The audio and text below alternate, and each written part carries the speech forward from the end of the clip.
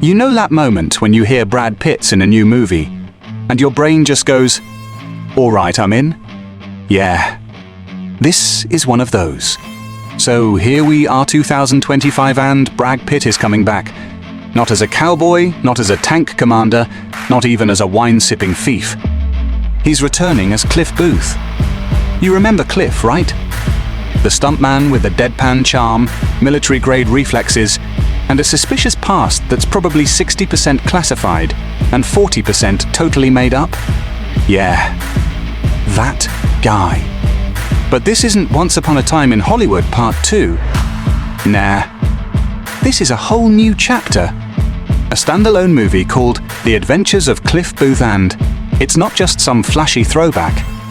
It's a deep dive into the weird, wild underbelly of Hollywood in the late 70s, and Brad Pitt's bringing that same quiet menace, that sideways grin, and that signature I might kill you or make you laugh vibe he pulls off like nobody else. And here's the kicker, it's not Tarantino directing.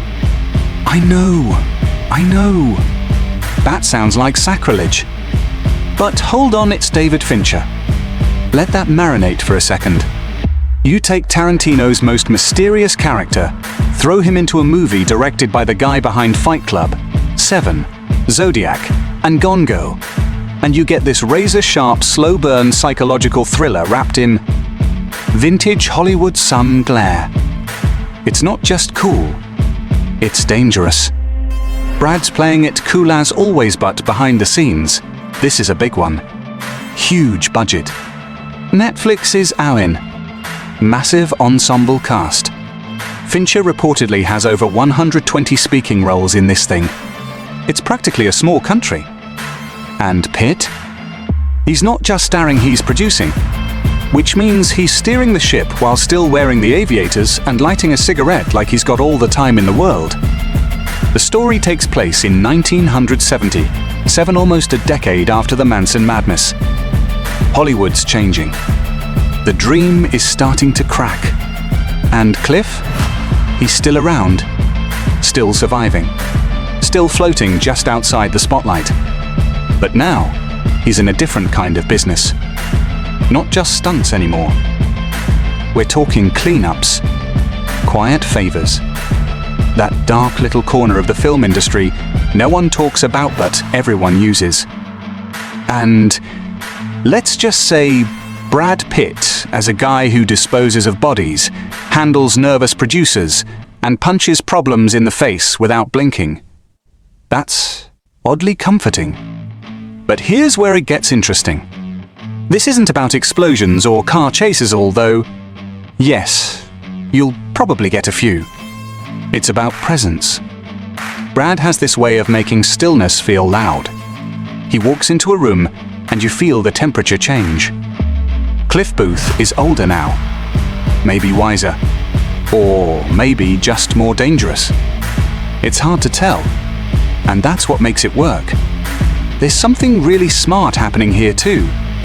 Pitt isn't trying to outdo his past performances. He's not going bigger. He's going deeper. You can sense it. That quiet confidence. That unshakable contralace. Not just charisma. It's character. And when you've got a director like Fincher pulling the strings, every glance, every smirk, every silence, it means something. And look, this isn't some fan service sequel. This is a Brad Pitt movie. Capital B. Capital P. He's not riding the nostalgia train, he's ripping up the tracks and building something new. It's almost like Pitt's reminding us, hey, in case you forgot I don't miss. He's been doing this for decades. Drama, action, comedy, Oscar-winning prestige. He's basically the cinematic equivalent of a Swiss Army knife wrapped in a leather jacket. But this role? This is legacy stuff. It's the kind of performance that isn't just fun to watch, it lingers. You feel it after the credits roll. You wonder what else he's seen, what else he's done, what he's not saying. And that's the magic. Brad Pitt doesn't need to yell. He doesn't need to run around with CGI dragons or wear spandex. He just needs a dusty leather belt, a beat-up car, and one line delivered so casually it haunts you for days. So yeah, The Adventures of Cliff Booth is coming. And it's not just a return to formats, a reminder. A reminder that Brad Pitt isn't just still here, he's still leading. Still choosing bold, strange, stylish roles. Still making the kind of movies that actually feel like movies. And let's be real, when was the last time you saw that?